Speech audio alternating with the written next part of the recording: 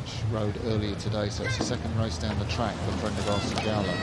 I mean, they would be extremely strong favourites for this race, and they are still favourites, but having been down the track once in the Kiwi Women's 8, then I guess the Dutch will decide to have a little crack at them early on.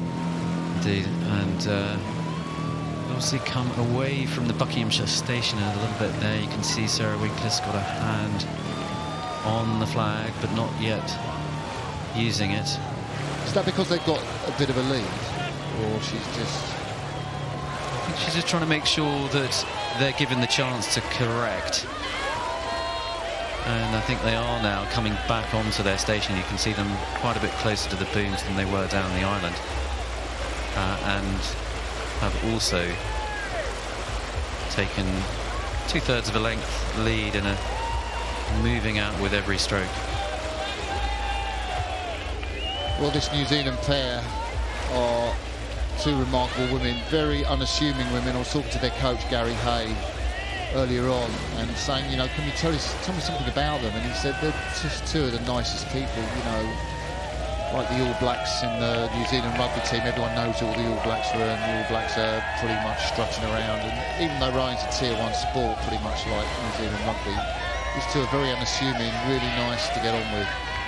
And not only that, they're world champions from 2017, silver medalists last year in the world behind Filmer and Janssens. I think that matchup might be one of the highlights of the World Championships this year in Vienna.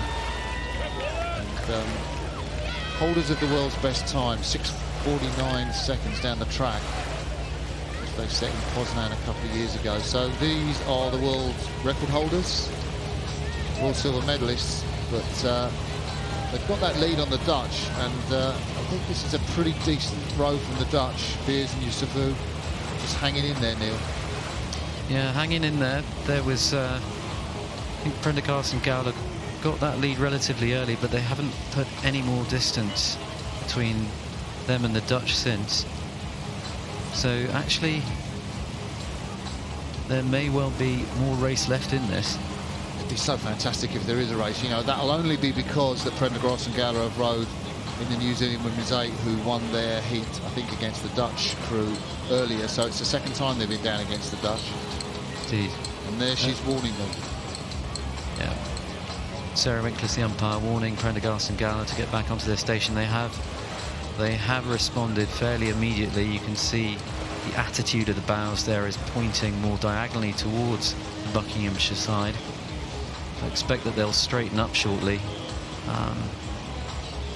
But the Dutch have actually moved with them to a degree, and they're further off the Berkshire beams than you'd really want to be. It's fascinating watching her steering, isn't it? Because, you know, you get a sense of the other boat in front of you, even if you're down. And they have, as you said, the Dutch crew on the right of your shot, the Hod from Hollandia Row Club, Elizabeth Beers and Leila Youssifou have moved over, and that narrow lead that the New Zealanders held of just about a length from the early stage of this race, it seems to have maintained as we're coming in the middle of this course. Our commentary buddy Greg Searle calls this the Badlands, because you're out away from one bank of the river, you're also far away from the other. You miss the noise of the crowd, which kicks in as you come towards the finish. And this part of the race, the crews are by themselves.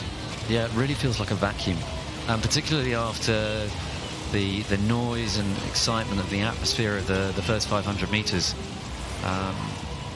And it's because the course actually moves towards the middle of the river. We think of it as straight, but actually the course itself moves across from the Berkshire side to the Buckinghamshire side at this point, further away from the crowds. So there's our boom camera, about halfway on the course, Neil? Yeah, just coming up to halfway. Halfway is Forley. And there we see closest to you Grace Prendergast in the 5 seat and Kerry Gowler in the stroke seat. And there's a fantastic close-up picture there. You can see the stroke coach in front of Kerry Gowler. That'll be telling her rating, speed, time elapsed. Do you think she'll use it much? So another record for Prendergast and Gowler. That 3:42 is a new record in this event. Well, this combination sets records all the time. We said they were the world record holders, and for them to set a world record in this event, it was 3:47. They were the previous record holders back in 2017. So they've not only broken the record, Neil, they've smashed it. They have. So that's the quality that this Netherlands pair of Beers and Youssifou are up against. And looking at these two women, I did have a chat with Gary Hay, the coach, earlier. I said, "What, Gary, why have you put them in the 8 as well?" You know, and it's all about Olympic qualification. The women's 8 need to finish in the top 5 to qualify, even though New Zealand won the silver medal last year. He's thinking, you know, can we get a better qualification for the women's 8 if these guys are in it and they can qualify the pair as well?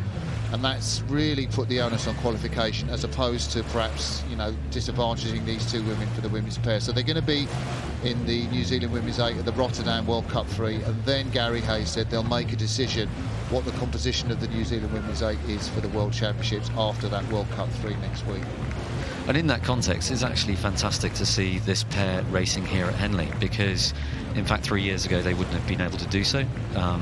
Back in 2017, we took the decision to introduce a new open women's event for coxless pairs, for double sculls and for coxless fours, to make sure that the open programme was equalised across men and women and reflected the Olympic programme. So that has enabled this pair actually to be racing here this year. Yeah, and now, I mean, you know, because they've been at Henley before, it seems like they're regulars, but of course, you know, they're not exactly regulars, because they were the first time in 2017. But it just shows you how quickly things change in sport. It does, and I think it also shows you that when we introduce new events, the rowing world embraces them very quickly. Athletes want to race at the regatta, and so by introducing events which previously didn't exist, we open up the opportunity to athletes such as these to race in the pair. So 250 metres or so, maybe just 200 metres to go to the finish. Close-up of the bowwoman Elizabeth Beers from the Lacher Delft Club in the Netherlands, and her crewmate Lali Youssifou from the School Club in Amsterdam. And this is a development pair. They'll be pretty pleased with this result, because they haven't been disgraced at all by the world silver medalist Gowler and Prendergast Gowler from the Aramoho Wanganui Club, and Grace Prendergast from the Avon Club in the South Island. And they've probably got about another 10 strokes to the finish. You can see our finish camera there just tracking the two crews in the packed enclosures still. In the background, fantastic day this Saturday at Henley, a bit cooler. So nothing cool about that performance from Gowler and Prendergast. Really great display of pairs rowing as they beat the Netherlands. There's confirmation of that result there.